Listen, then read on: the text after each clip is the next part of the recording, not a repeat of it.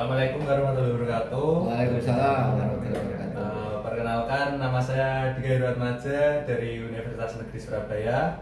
Saya anak magang di PT Pelni dan anak bimbingan dari Pak Habibie. Di sini saya akan membahas tentang ICE merek Samyung tipe SI30A. Lebih tepatnya membahas tentang troubleshooting atau perawatan dan pemecahan masalahnya.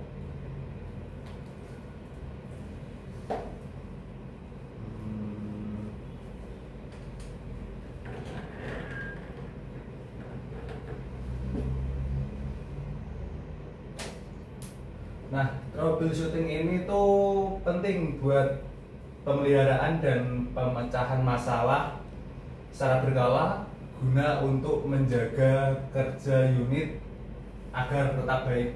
Artinya pengujian unit secara berkala dan pemutakhiran perangkat lunak bila perlu, tetapi item-item berikut harus disertakan. Yang pertama itu konektor atau terminal. Nah, untuk troubleshootingnya, periksa apakah sambungan konektor dan terminal sudah benar, terhubung dengan benar dari bagian belakang unit transponder dan satuan MKD. Lalu yang kedua, kabel. Periksa semua kabel, gantilah segera dengan yang baru jika ditemukan kesalahan. Ketiga, pelabuhan darat dan kabel tanah. Periksa kondisi terminal ground, ganti atau bersihkan kabel jika rusak atau berkarat, dan periksa sambungan kabel ground. Lalu selanjutnya jaga kebersihan dari debu pada unit yang harus dibersihkan dengan menggunakan pembersih bening atau untuk mencegah kerusakan LCD. Bila terdapat titik garam atau debu pada unit, bersihkan dengan tisu pembersih atau kapas. Tetapi jangan gunakan asam kimia apapun yang dapat merusak cat pada permukaan ini. Oke ya, saya perjelas. Jadi terkait konektor ini ya. Jadi konektor itu meliputi yang di anten sama yang di transponder ya. Jadi kita periksa apakah ada garam atau berkarat ya, biasanya itu berkarat ya. Terus untuk kabel, nah ini biasanya usianya lapuk ya. Usianya lapuk, biasanya itu kayak keluar putih-putih itu, nah itu harus diganti karena akan mengganggu sistem transmitter daripada ICE itu. Nah, untuk ini pelabuhan darat dan kabel tanah ini maksudnya ada grounding. Groundingnya harus kita pastikan terpasang ya. Nah, untuk pembersihan ini apa yang dijelaskan tadi sama Mas Dika, jangan menggunakan istilahnya bahan kimia. Jadi cukup kain halus saja. Oke, silakan Mas Dika, dilanjut.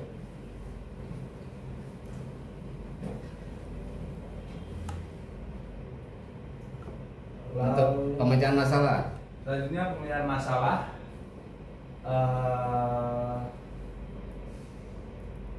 Meskipun pengguna tidak dapat memulihkan peralatan dengan metode umum, jangan coba-coba buat melihat ke dalam peralatan tersebut.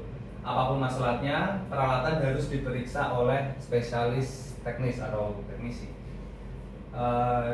Gejalanya yang pertama, tidak dihidupkan. Tindakan yang harus diambil itu periksa apakah konektor daya terpasang dengan baik, atau periksa catur daya atau settingnya. Lalu yang kedua, tidak menerima satelit informasi. Dan tindakan yang harus diambil yaitu periksa apakah antena GPS kabel konektor memiliki cacat atau koneksi. Ya, jadi maksudnya DBL ini tidak bisa hidup ya. Jadi seandainya ICE kita tidak bisa hidup, kita tekan powernya tidak mau nyala, jadi kita periksa dulu powernya ya, tegangannya masuk apa enggak sesuai dengan yang dibutuhkan daripada ICE tersebut ya. Biasanya ada 12 atau 24 ya kalau nggak salah. Ya mohon maaf kalau salah. Nah, kita periksa apakah ada fuse. Nah, di situ baru kita pastikan tegangan masuk ke perangkat. Nah, kalau memang power sudah benar sesuai, nah perangkatnya tidak bisa hidup, nah berarti ada masalah di transpondernya. Kita perlu pengecekan selanjutnya. Untuk ini aja menjelaskan gejala ya yang sering ditimbulkan ya, yang sering kita alami di kapal. Untuk informasi satelit, nah, periksa apakah antena GPS kabel konektor memiliki cacat ya. Maksudnya apabila GPS-nya antena bocoran tidak masuk, nah itu kita periksa antena GPS-nya. Jadi intinya di sini adalah penanganan apabila perangkat tersebut mengalami tidak bisa hidupkan, atau yang satunya nomor 2 posisinya tidak muncul ya, tidak nampak, jadi cacat koneksi istilahnya. Nah itu kita periksa dari transponder ke antena GPS. Lanjut Mas Dika. Baik. Ini untuk pesan alarmnya nih. Selanjutnya untuk pesan alarmnya, transponder dapat menghasilkan berbagai pesan alarm dan informasi yang muncul sebagai pop-up di layar. Pesan yang dikategorikan sebagai alarm juga menyebabkan transponder menghasilkan alarm suara atau visual, tergantung pada instalasinya, dan harus diakui pada unit tampilan agar alarm dapat berbunyi.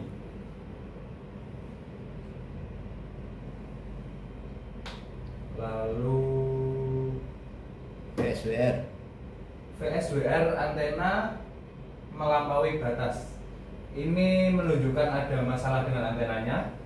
Transponder kemungkinan masih beroperasi meskipun kinerjanya mungkin terganggu. Kemunculan alarm ini secara berkala mungkin disebabkan oleh kondisi sementara dan belum tentu mengindikasikan masalah permanen. Namun jika alarm ini terus terjadi, Anda harus mengambil tindakan agar instalasi Anda diperiksa oleh agen layanan resmi. Jadi untuk VSWR ini adalah kadang-kadang itu muncul VSWR ya. VSWR itu muncul di layar. Nah ini biasanya menunjukkan bahwa transponder AIS tersebut masih memancar, akan tetapi tidak maksimal ya, istilahnya kurang maksimal. Maka kita harus mengecek. Kalau ini terulang sekali aja atau 2 kali aja, mungkin hanya masalah di kegagalan sistem sebentar aja ya. Tapi kalau berulang-ulang, nah itu harus kita periksa untuk antenanya. Apakah antenanya harus waktunya mengganti atau ada koneksi yang tak benar. Oke. Selanjutnya.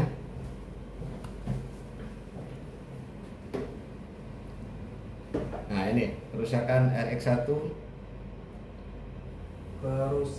RX1, RX2, dan RX70.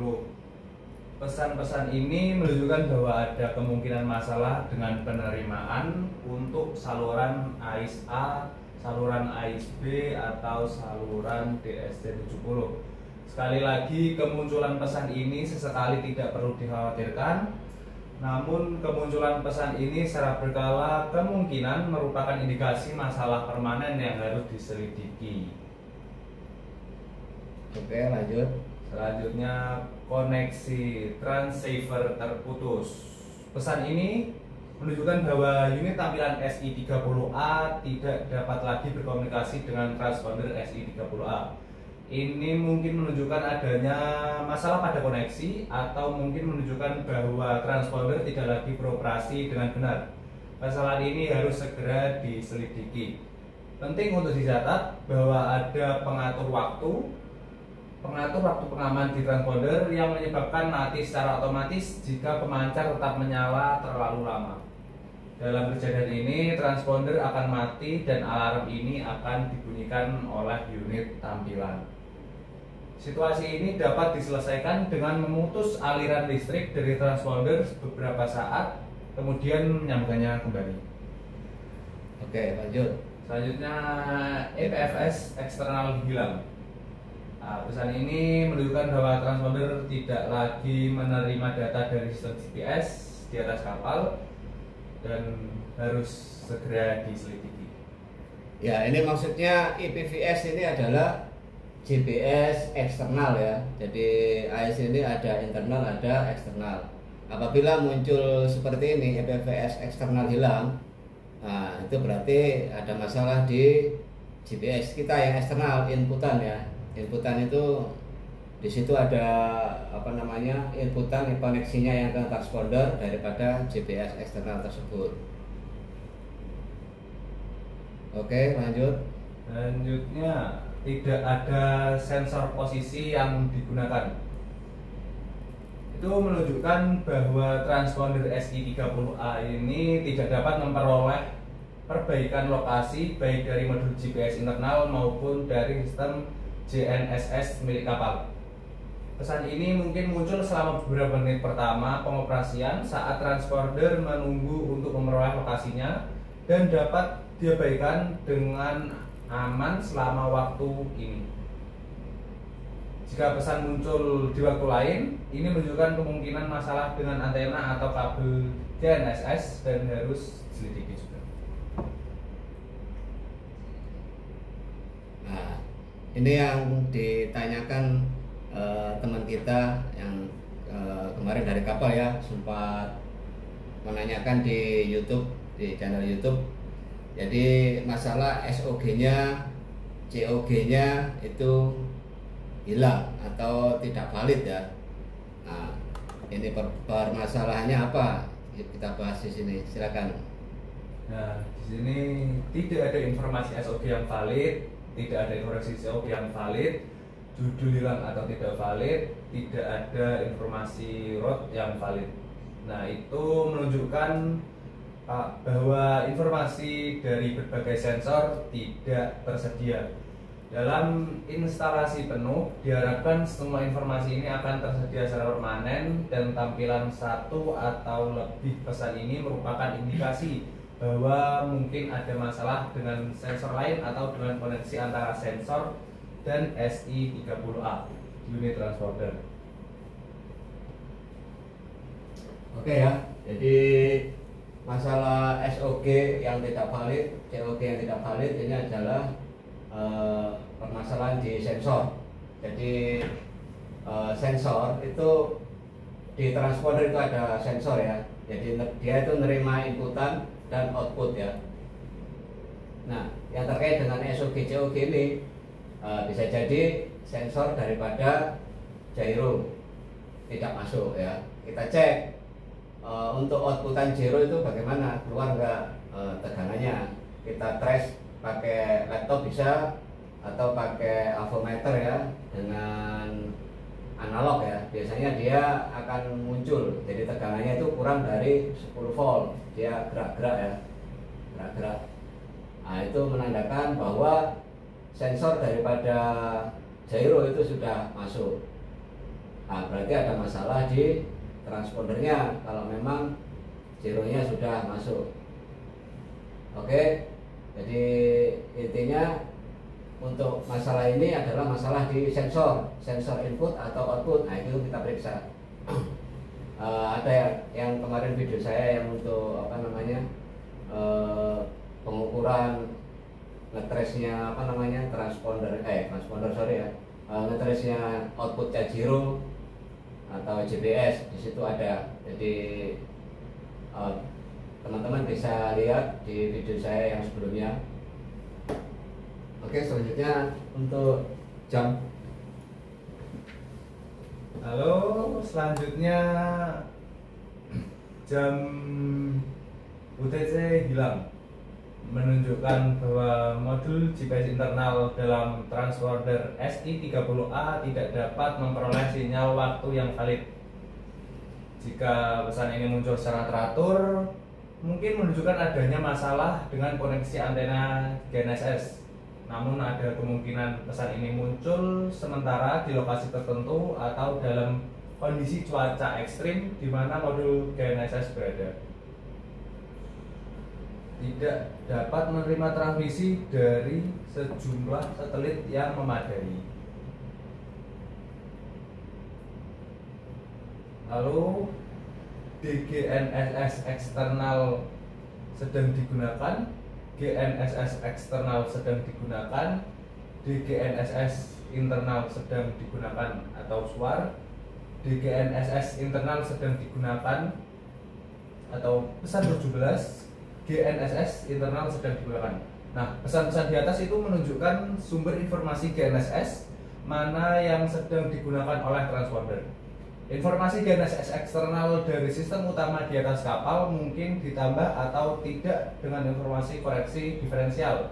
Dalam hal ini, pesan akan menampilkan DGNSS dan bukan GNSS.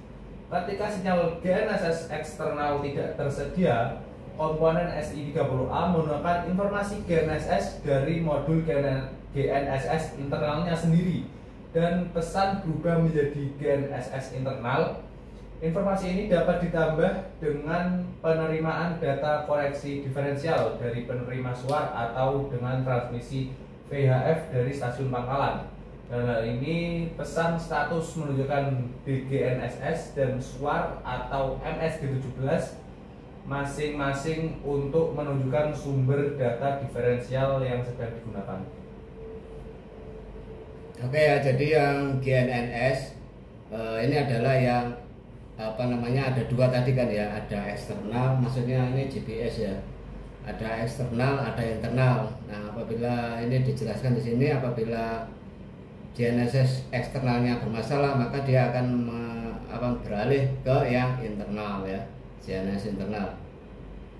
Jadi dua-duanya harus kita pastikan bagus ya, jangan sampai salah satu bermasalah. Oke, lanjut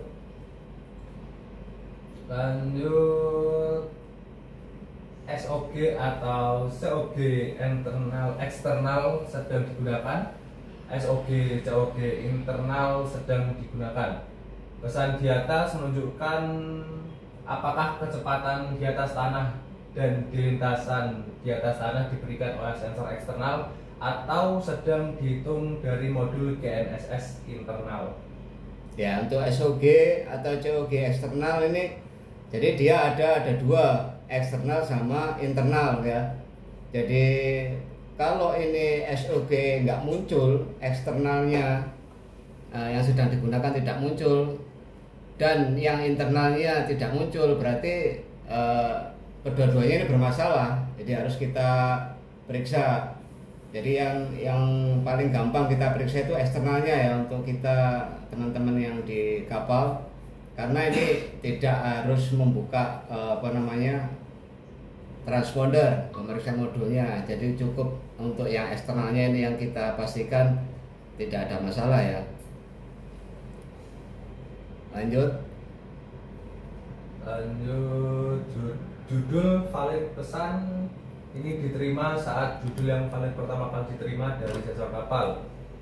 Indikator laju putaran sedang digunakan, sumber ROT lain yang digunakan.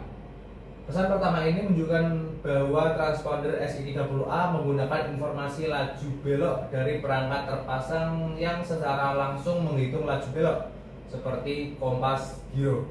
Pada pesan kedua menunjukkan bahwa laju putaran dihitung dari perubahan arah kapal. Lalu selanjutnya parameter manajemen saluran berubah. Pesan ini dikeluarkan setiap kali ada perubahan pada parameter manajemen saluran. Ini dapat diubah dengan menerima pesan VHF atau DSC tertentu dari stasiun pangkalan, dan juga dapat dimodifikasi secara langsung dengan menggunakan halaman wilayah saluran pada unit tampilan SI30A.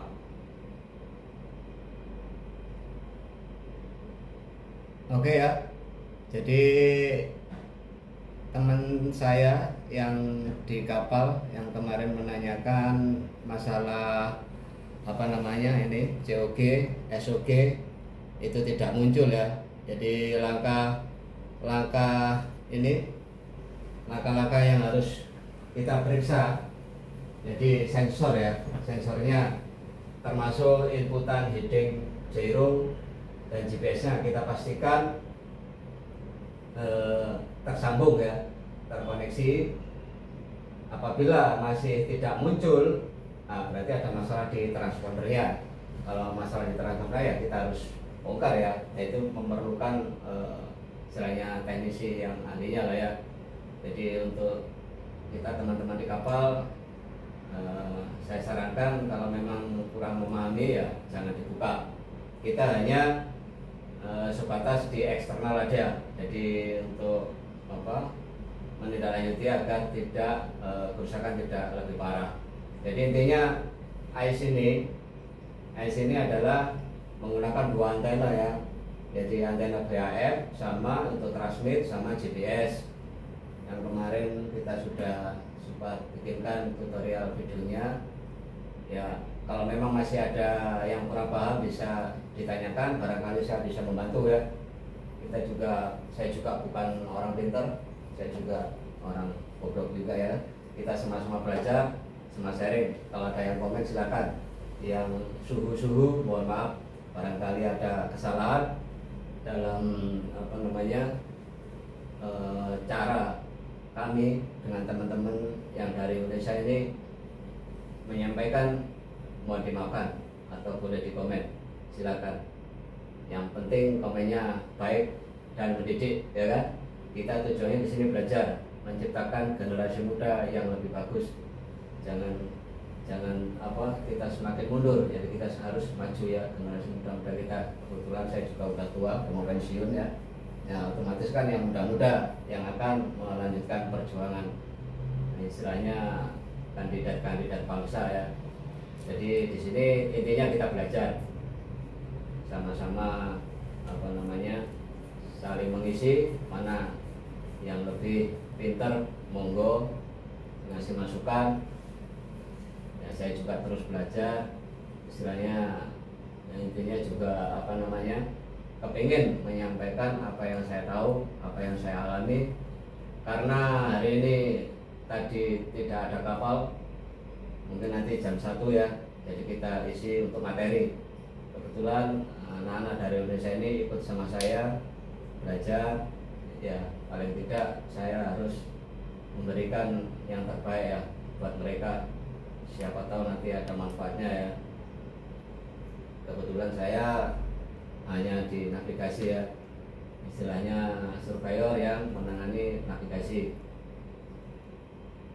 Itu pun istilahnya saya juga autodidak. Pelajaran yang saya dapat juga karena belajar dari teman ya, dari teman-teman teknisi baik di Surabaya atau di Jakarta. Mereka yang selalu komunikasi. Apabila ada masalah kita tanya, jangan malu-malu bertanya ya. Istilahnya kita itu malu bertanya tersesat di jalan ya itu. Jadi kalau kita memang nggak bisa ya kita tanya teman yang bisa. Pernah ngalami ini enggak? Nah, seperti itu. Sama. Jadi kita intinya di sini saya hanya membagikan sedikit yang saya tahu, siapa tahu ada manfaatnya. Jadi seperti yang teman saya yang di YouTube yang menanyakan masalah SOG dan COG. Jadi kita pastikan dulu ICE sampean ini connect enggak dengan istilahnya eksternal GPS sama gyro. Jadi itu yang dibutuhkan inputan untuk transponder semua ICE ya, semua ICE. Oke, demikian yang bisa kami sampaikan untuk siang hari ini. Mohon maaf kalau ada kekurangan dari saya, ya namanya kita juga belajar, sama-sama belajar. Silahkan di komen aja, tidak masalah. Yang penting komen itu sifatnya mendidik. Mungkin ada kesalahan di tutorial kami ya, saya dan teman-teman saya, anak-anak makan dari Indonesia, kami mohon maaf. Oke, demikian. Wassalamualaikum warahmatullahi wabarakatuh. Waalaikumsalam warahmatullahi wabarakatuh.